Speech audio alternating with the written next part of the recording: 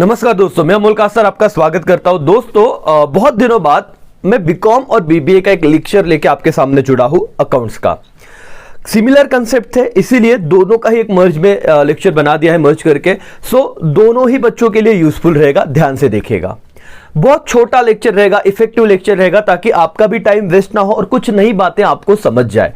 जैसे कि हमने आज तक अकाउंटिंग करते वक्त 11th और 12th में बहुत सारे एंट्रीज पोस्ट किए, राइट। और कुछ बच्चों को उस एंट्री का इफेक्ट पता था, मतलब पता था, मीनिंग पता था, कुछ बच्चों ने रट लिया था। लेकिन इससे आगे जब हम करियर की तरफ देखते हैं, जब हमें किसी को गाइड करना रहता है, तो जो पोस्ट हमने एंट्री का पोस्टिंग किया, जो हमने वहां पे एक्सपेंडिचर लिखे, रेवेन्यू लिखे, व्हाटएवर, हमको उसका नेचर पता होना बहुत जरूरी है।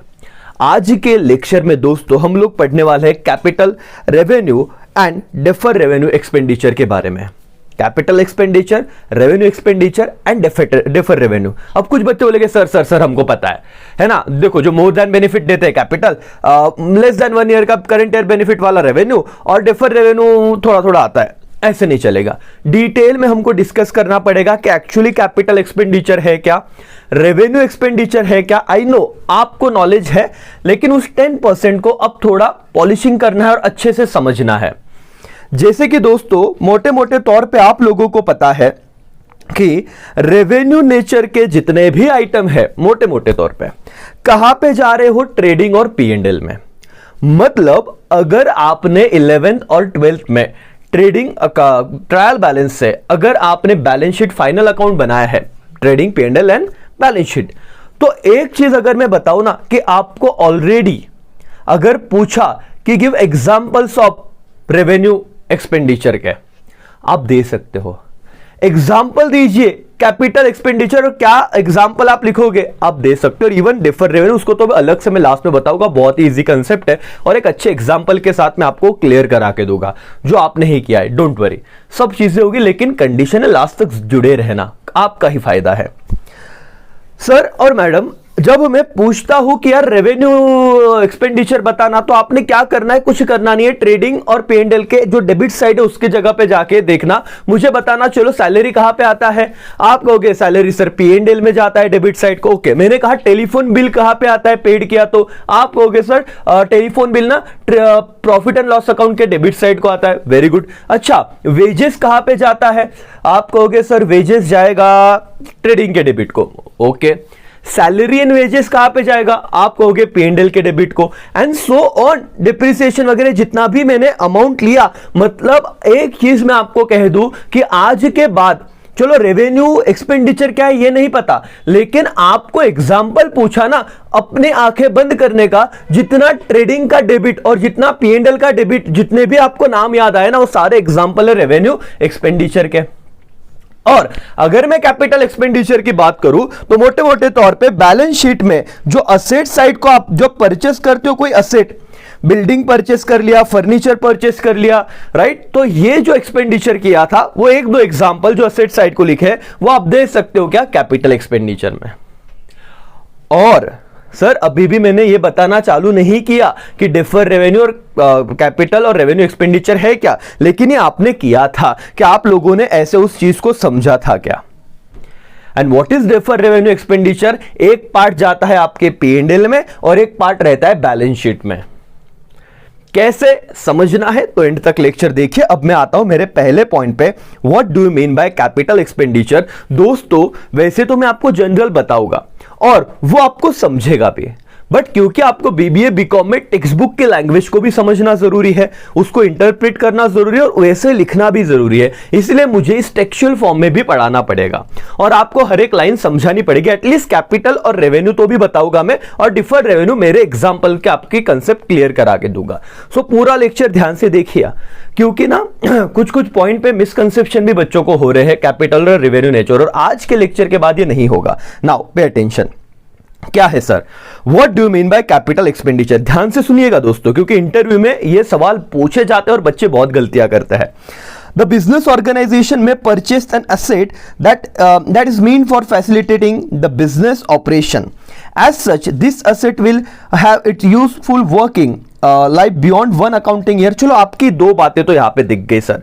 पहले जो मैंने कहा था असेट साइड के जितने भी अमाउंट आपको दिखोगे मोटे मोटे तौर पे, जैसे कि बिल्डिंग हो गया, फर्नीचर हो गया, राइट, वो वाली बातें कैपिटल एक्सपेंडिचर की तरह पे। तो उन्होंने कहा कि जब आप असेट परचेस करते हो ना, जो फैसिलिटेट करता है बिजनेस के ऑपरेशन को अच्छी तरीके से करवाने में हेल्प करता है, एंड उसका बेनिफिट आपको more than beyond one accounting year, जो आपको पता था, तो जो खर्चा किया उसका benefit more than one accounting year मिल रहा है, तो उस खर्चे को मैं क्या कहूंगा, कैपिटल एक्सपेंडिचर। आगे, so the benefit from this asset will also be received throughout its working life. Such expenditure is called capital expenditure. वाह सर, अगर आपको मैंने पूछा था आपका आंसर अलग था। आप यही कहना कि कोई पर्टिकुलर असेट में परचेस कर रहा हूं, उसमें मैं खर्चा कर रहा हूं और उस खर्चे का बेनिफिट बियॉन्ड वन ईयर, मतलब मोर देन वन अकाउंटिंग ईयर मुझे मिल रहा है, तो इस एक्सपेंडिचर को मैं क्या कहूंगा, कैपिटल एक्सपेंडिचर। यहां तक तो आपको पहले भी पता था। क्या नई बात पता चल रही बीकॉम बीबीए में? Pay attention. This would increase the earning capacity of the business. For example, purchase of long-term asset like building, machinery, furniture, etc., etc., etc. क्या हुआ, मैं मैन्युफैक्चरर हूं और ना मैं क्या करता था, एक्चुअली पहले मेरे पास मशीनरी नहीं था। मैं मैन्युअल वर्क होता था कि मैंने 10 एम्प्लॉय रखे थे, वो हाथ से काम करते थे सारे, और दिन में जितना भी प्रोडक्शन होता था मुझे वो आउटपुट देते थे, मैं उनको पे करता था।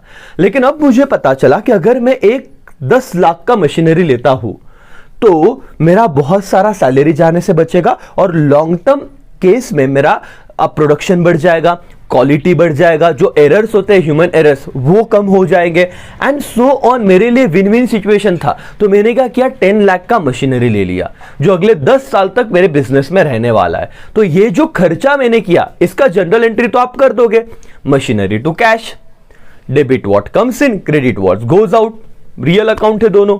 बट सवाल ये पूछा जाएगा नेचर क्या है, तो आप कहना कैपिटल नेचर एक्सपेंडिचर है। Why sir? जिससे आपके बिजनेस का डेफिनेटली अर्निंग कैपेसिटी बढ़ा रहा है, एफिशिएंसी बढ़ा रहा है, तो ऐसे एक्सपेंडिचर कहा क्या कहते हैं, कैपिटल एक्सपेंडिचर। तो पहला तो एकदम सिंपल था मालिक। आगे चारों देखना, आपको बहुत सारी नई बातें समझेगी कैपिटल एक्सपेंडिचर के बारे में। An expenses incurred in connection with purchase of asset.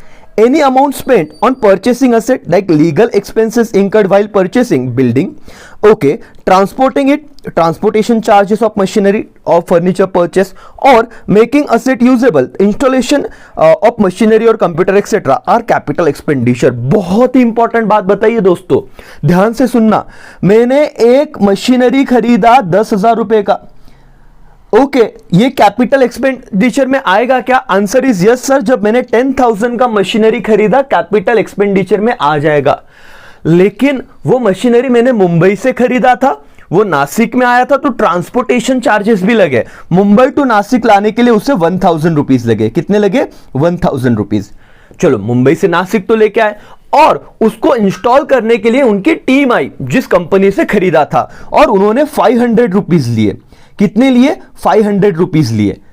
Okay, everybody done? इतना समझा? अच्छा, और मशीनरी इस प्रकार का कुछ तो था कि उसके लिए मुझे कुछ पहले लीगल फॉर्मेलिटीज करनी पड़ी, परमिशन वगैरह लेनी पड़ी। उसके लिए मैंने 2,000 रुपए खर्चा किया लीगल परमिशन के लिए। कितना खर्चा किया? 2,000।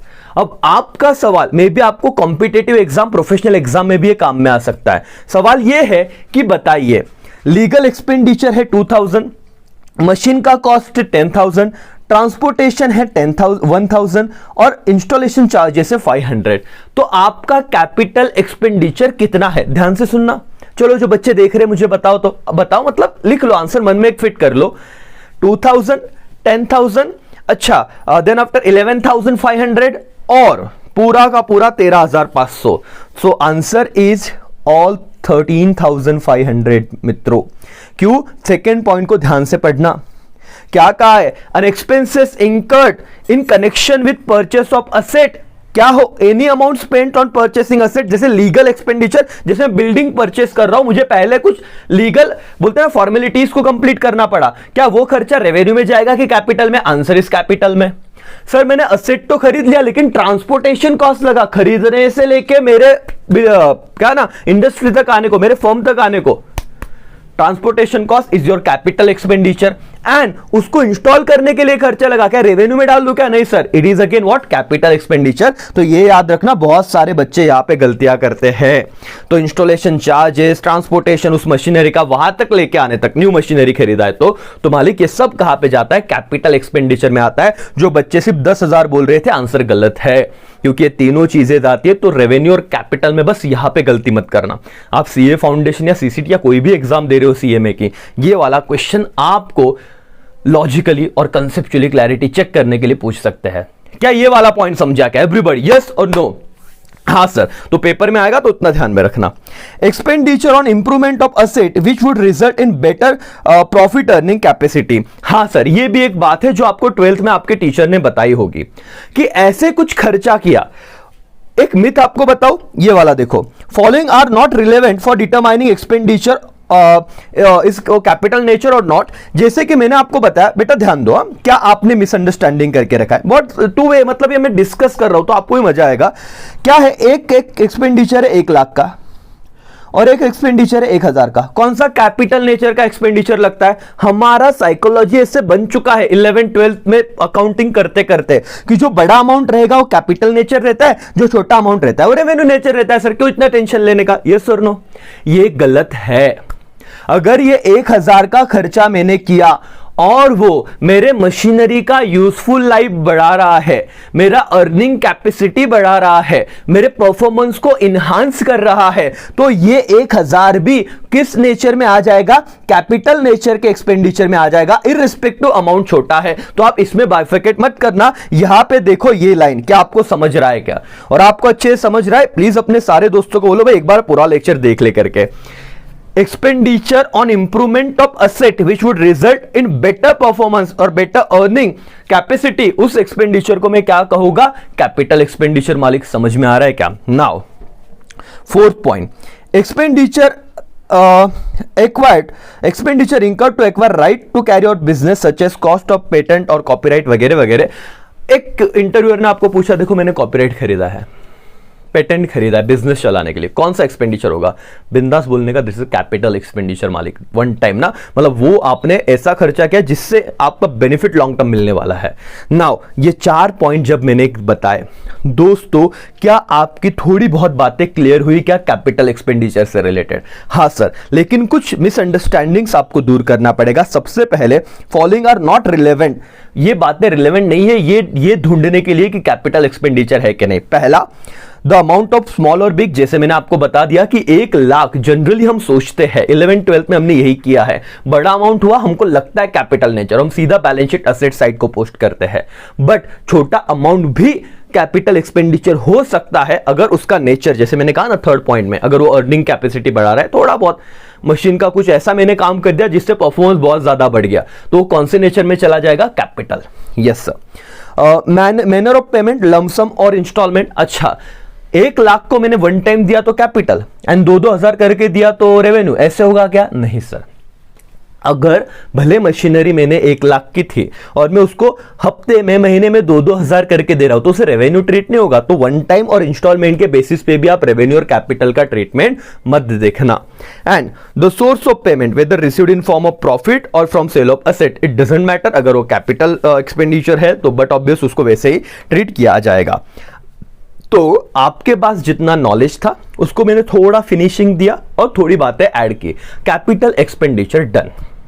एग्जाम्पल आप बोल सकते हो purchase building, purchase furniture and so on, जो बैलेंस शीट एसेट साइड को आपको मोटे मोटे तौर पे दिखते हैं। Done. Okay, now come to the point, revenue expenditure. ध्यान से दोस्तों, बाकी तो मैं आपको एकदम शांति से बता दूंगा। क्या डिफर रेवेन्यू, वो तो 2 मिनट का काम है, अब लेक्चर हार्डली 5 मिनट का रह गया होगा। What is revenue expenditure? Expenditure that incur on day-to-day running of the business and chargeable to the revenue on for the business are called revenue expenditure. आज अमोल सर क्लासेस ले रहे हैं, मुझे क्या है, मतलब मेरे को डेली बेसिस पे मार्कर रखते हैं, बराबर। उसके बाद सपोज छोटे मोटे एक्सपेंडिचर मेरे क्लास में चलते हैं, जैसे कि वो मेड आते हैं जो साफ सफाई वाले, उनको मैं कुछ मंथली बेसिस पे पैसे देता हूँ। हमारा स्टाफ है, उनको मैं सैलरी पेड करता हूँ। हर महीने में लाइट बिल आता है तो मैं उनको लाइट बिल पे करता हूँ। बहुत सारे एक्सपेंडिचर मैं देता हूँ ताकि मेरा बिजनेस अच्छी तरीके से रन हो पाए। वॉचमैन का क्या है, उनको मैं सैलरी देता हूं। अब क्या हो गया, ये सारे जो छोटे छोटे खर्चे हो रहे हैं जो डेली बेसिस पे मेरा ऑपरेशन, बिजनेस ऑपरेशन चलाने के लिए नेसेसरी है, उस खर्चे को मैं क्या कहूंगा, रेवेन्यू एक्सपेंडिचर। अच्छा समझा नहीं, ध्यान से सुनो। आप लोगों को मैंने कहा था ना, आपका ट्रेडिंग और P&L का सिर्फ डेबिट साइड याद करो। Telephone bill paid, revenue expenditure. Depreciation बोल सकते हो, रेवेन्यू। उसके बाद आपको मैंने कहा कि electricity bill, revenue. Salary, revenue. उसके बाद क्या बोलूं मैं, मतलब जितना भी आपको P&L अभी याद आ रहा होगा, रेंट पेड, ये पेड, वो पेड, सब आपका रेवेन्यू। ट्रेडिंग मिला लो, ट्रेडिंग में कुछ बातें छोड़ के एक्सेप्ट, बराबर, जो एक्सेप्शनल रहेगी, आपका ये होता है रेवेन्यू एक्सपेंडिचर मोटे मोटे तौर पे। समझ में आया मालिक, यस और नो? राइट, एक्सेप्शनल रहेगा, लेकिन मेजोरिटी तौर पे अगर आप P&L की बातें उठाओ तो डेफिनेटली आपको समझेगा कि मेरे को रेवेन्यू के एग्जांपल तो आ गए। This expenses incurred for which the benefit are received during current accounting year it present diagrammatically. अब छोड़ दो ये सारा, इसमें कंफ्यूजन होगा। जो मैं आपको मैंने जो बताया एग्जांपल कि मैंने क्या किया, हर मंथ में कुछ पे कर रहा हूं जिसके मेरा बिजनेस चले, इतना ही याद रखो। अमोल सर ने बेंचेस खरीदे, बेंचेस, ध्यान देना, मुझे कैपिटल और रेवेन्यू में फर्क बताना। अमोल सर ने बेंचेस खरीदे क्लास में, रेवेन्यू एक्सपेंडिचर है कि capital? Sir capital expenditure. Why? Because sir उससे क्या हो गया ना, आपका मतलब उसका बेनिफिट आपको मोर देन 1 ईयर है sir, more than 1 accounting year. मतलब ओके भाई। देन आफ्टर अमोल सर ने स्क्रीन खरीदा, प्रोजेक्टर खरीदा, कैपिटल एक्सपेंडिचर। राइट, मार्कर खरीद रहे, मार्कर, रेवेन्यू एक्सपेंडिचर। रिकरिंग मतलब महीने में 10, 50, 100 हजार लगेंगे। सैलरी दे रहे, रेवेन्यू एक्सपेंडिचर। समझ रहा है क्या फर्क? कैपिटल जनरली कहां पे जा रहा है, बैलेंस शीट में। रेवेन्यू जनरली कहां पे जा रहा है, ट्रेडिंग P&L में। ओके मालिक, now the point is what do you mean by. अच्छा यहाँ पे कुछ है क्या, पहले वो देख लेते हैं, मुझे आपको एग्जांपल देने के तौर पे। हाँ, चलो इतना ही पढ़ लेना सिर्फ कि following are the example of revenue expenditure. क्या? Expenses incur for day to day running of the business, जैसे मैंने आपको एग्जांपल दिए। Expenses incur for upkeeping fix asset, साफ सफाई कर रहा हूं, उस पे फिक्स असेट का कोई ना मतलब लाइफ नहीं बढ़ रहा है, नॉर्मल साफ सफाई करना। राइट, एक्सपेंसेस इंकर on purchase of stock material and goods. Okay, ये भी देखो, ये वाला बात भी रेवेन्यू एक्सपेंडिचर होता है, ध्यान से अंडरलाइन कर लेना। एक्सपेंसेस इंकर on purchase of stock of material and goods and depreciation on fix asset, underline 100 बार, क्योंकि इंटरव्यू ने एक बार सवाल पूछा था, बताओ डिप्रिसिएशन रेवेन्यू एक्सपेंडिचर है कि कैपिटल एक्सपेंडिचर है? बच्चा बोलो सर वो तो असेट पे लगता है, असेट आता है बैलेंस शीट के, असेट साइड को बैलेंस शीट में आता है, असेट कैपिटल एक्सपेंडिचर है तो डिप्रिसिएशन भी कैपिटल एक्सपेंडिचर होगा। बोला बेटा कोरोना बैच क्या? मैंने लगा सर क्या मजाक कर रहे हो। तो मुद्दा क्या है कि सर कंसेप्चुअल अंडरस्टैंडिंग मैटर करेगा। अगर आपको कहीं पे भी जॉब पे जाना है, जॉब मतलब क्यों, आप जॉब करना मतलब कि आप अपने नॉलेज से उस बिजनेस को बढ़ाने वाले हो आगे। अब आपको ही नहीं पता अकाउंटिंग के फॉर्म में असेट, ठीक है कैपिटल एक्सपेंडिचर था जब असेट खरीदा था, लेकिन उस पे लगने वाला डिप्रिसिएशन कहां पे आता है सर? रेवेन्यू एक्सपेंडिचर में। ये बात अगर आपको आज समझिए तो आप बहुत आगे जाओगे। ठीक है, नाउ चलो मालिक ध्यान दो। अब मैं आता हूं लेक्चर थोड़ा आसानी से खत्म करते हैं, डिफर्ड रेवेन्यू एक्सपेंडिचर, जिसमें आपने क्या किया था पहले मैं वो बताता हूं। 12th लेवल पे आपको एक पॉइंट आया था कि एडवर्टीजमेंट एक्सपेंडिचर 50,000 रुपीज मैंने किया है फॉर 5 ईयर्स। कितने साल के लिए? 5 साल के लिए मैंने आज 50,000 रुपए पेड कर दिए हैं। अब बच्चों के दिमाग में ये डाउट आ गया सर ये रेवेन्यू नेचर है कि कैपिटल? अगर रेवेन्यू नेचर है तो इसे हम P&L में डाल देंगे, और अगर कैपिटल नेचर है तो बैलेंस शीट में डाल देंगे। बट समझा ही नहीं कि सर बेनिफिट कितने साल के लिए मिल रहा है? 5 साल के लिए। तो आपने क्या किया दोस्तों, pay attention everybody, first year, second year, third year, fourth year and fifth year. ये था मेरा पहला साल, दूसरा साल, तीसरा, चौथा और पांचवा। और अकाउंटिंग का एक बोलते ना रूल है, आप उस पर्टिकुलर ईयर का बिजनेस का ना सिनारियो बताते हो कि प्रॉफिट हुआ या लॉस हुआ या क्या क्या किया। इस साल में मुझे बताओ इस 50,000 में से करंट ईयर में कितना आएगा? कितना आएगा बोलो? Only 10,000 rupees. नेक्स्ट ईयर 10,000, उसके next year 10,000 and so on. ये 50,000 को, सॉरी 5 नहीं, इस 50,000 को मैंने क्या किया, डिवाइड किया 5 साल में। 50,000 को डिवाइड किया 5 साल में, क्योंकि हर साल ये लिखा हुआ था अग्रीमेंट में 10,000 का बेनिफिट मिलेगा। मुझे 5 साल का लेना देना नहीं है, मुझे आज क्या करना है वो बताओ। आपने क्या किया था वो बताता हूं मैं। आपने ये किया था दोस्तों 10,000, क्योंकि आपको पता था कि 5 इयर्स के लिए है, तो ईच ईयर बेनिफिट आपने कैसे निकाला 50,000 डिवाइडेड बाय 5, तो आपको पता चल गया पर ईयर कितना आता है 10,000। तो इस साल से रिलेटेड जो खर्चा था वो आपने प्रॉफिट एंड लॉस अकाउंट के डेबिट साइड को पोस्ट किया, जो भी आपका एक्सपेंडिचर था रिलेटेड टू एडवर्टीजमेंट 10,000 रुपीज, और बचा हुआ 40,000 जो था 50,000 से, वो आपने आपके बैलेंस शीट में असेट साइड को लिखा 40,000, क्योंकि उसका बेनिफिट आना अभी भी बाकी था। ये 40K लिख देता हूं मैं, उसका ना मतलब पैसा तो दे के रखा है लेकिन बेनिफिट आना बाकी, तो वो क्या ट्रीट होगा, असेट ट्रीट होगा। जैसे कि आप में से बहुत बच्चों ने मुझे बीकॉम और बीबीए की फीस पेड कर दी है। क्या कर दी, फीस पेड कर दी। क्या आपने एडवांस में पैसा दिया? हाँ सर, क्योंकि अभी तक तो क्लासेस मतलब खत्म नहीं हुए, चल रहे हैं। तो आप जो मेरे से सर्विस लेने वाले हो, जो आपने एक्स्ट्रा पेड कर दिया, तो आपके लिए क्या हो गया, असेट, क्योंकि आप वो पैसा अभी तक उसका सर्विस मेरे को आपको देना है और आपको सर्विस लेना है। सेम मेरे एंगल से देखोगे, थोड़ा कंफ्यूज मत होना, मेरे एंगल से देखोगे तो आपने जो मुझे पैसा दिया है ना, वो तब तक मैं बोल सकता कंप्लीट नहीं हुआ जब तक मैंने पूरा सिलेबस खत्म नहीं कर दिया। बराबर है कि नहीं मालिक? मेरे को लाइबिलिटी है, उतना मेरे को सर्विस देना पड़ेगा पूरा। समझ में आ रहा है? अच्छा, वो भी नहीं समझा, इतना तो समझ गया होगा। ये 40,000 हमने क्या किए, असेट साइड को डाले, क्योंकि इस 40,000 की सर्विस आगे 4 साल में मुझे उसका बेनिफिट मिलने वाला है। करंट ईयर से रिलेटेड कितना था, 10,000 पोस्ट कर दो रेवेन्यू साइड को, मतलब P&L के डेबिट साइड को 10,000, एंड रिमेनिंग 40,000 जाएगा कहां पे, बैलेंस शीट के असेट साइड को, क्योंकि उसका बेनिफिट मिलने वाला था। नेक्स्ट सेकेंड ईयर में क्या एंट्री होगा बोलो तो second year, sir second year में सेम जाएगा, P&L में जाएगा 10,000 और बैलेंस शीट में अगले 3 साल का बेनिफिट आना बाकी है ना इस साल को लेकर, तो इसलिए यहां पे जाएगा 30,000। नेक्स्ट ईयर सेम, P&L 10 ही रहेगा, वहां पे 20 रहेगा, एंड सो ऑन। तो मैंने 5 साल में उस एक्सपेंडिचर को निकाला। इसे कहते हैं डिफर्ड रेवेन्यू एक्सपेंडिचर, जिसमें पेमेंट तो आज कर लिया लेकिन बेनिफिट मेरे को लॉन्ग टर्म मिलने वाले हैं। पढ़ते अब इसको। Some expenses are essentially revenue in nature, होते तो रेवेन्यू नेचर के, क्योंकि एडवर्टीजमेंट बोला तो आपको पता है कि एडवर्टीजमेंट का चार्जेस दिया तो फिर रेवेन्यू रहेगा। But the benefit derives there from extend beyond the accounting period, जैसे कि 5 साल के लिए दे दिया था। Such expenses are known as defer revenue expenditure.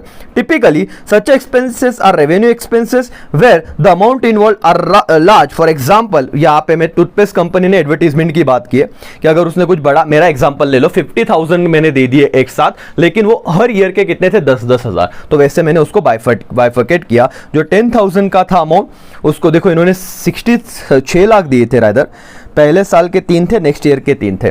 तो पहले साल का जो एक्सपेंडिचर था 3 लाख, वो तो मैंने डाल दिया नॉर्मल। इसमें मैंने कहा ना अमाउंट से लेना देना नेचर समझो, रेवेन्यू नेचर है तो चला गया P&L में, और जो एडवांस में मैंने 3 लाख दे के रखा है वो मैं असेट में डाल दूंगा, तो 3 लाख चले जाएंगे असेट साइड को। एक्चुअली इस साल कितना गया, 6 लाख, लेकिन पूरा का पूरा 6 लाख क्या है, कैपिटल है क्या, नहीं सर। क्यों, या रेवेन्यू है क्या, नहीं सर। इस साल से रिलेटेड सिर्फ 3 है, डेफर रेवेन्यू इसे कहते हैं, जिसका बेनिफिट आपको आज पेमेंट किया लेकिन मोर देन 1 ईयर उसका बेनिफिट आपको मिलेगा, और उस हिसाब से उसको एडजस्टमेंट में डालना। यस सर, ये सारी चीज़ें ना आपको मैं नोट्स प्रोवाइड कर दूंगा ग्रुप में वगैरह अपने जो भी है। सो आई होप दोस्तों आज का लेक्चर आपको समझा होगा। कुछ नहीं, सिंपल बातें थी, आपको ऑलरेडी सबको आ रहा था, जिन्हें नहीं आ रहा था आज उनको समझ गया कि कैपिटल एक्सपेंडिचर, रेवेन्यू एक्सपेंडिचर और डिफर रेवेन्यू एक्सपेंडिचर में क्या फर्क होता है। ठीक है दोस्तों, यहीं पे मैं रुकता हूं। थैंक यू सो मच, आप जुड़े रहे लास्ट तक, एंड मिलते हैं नेक्स्ट सेशन में। तब तक के लिए अपना और अपनों का ख्याल रखो। बाय बाय, टेक केयर, जय हिंद।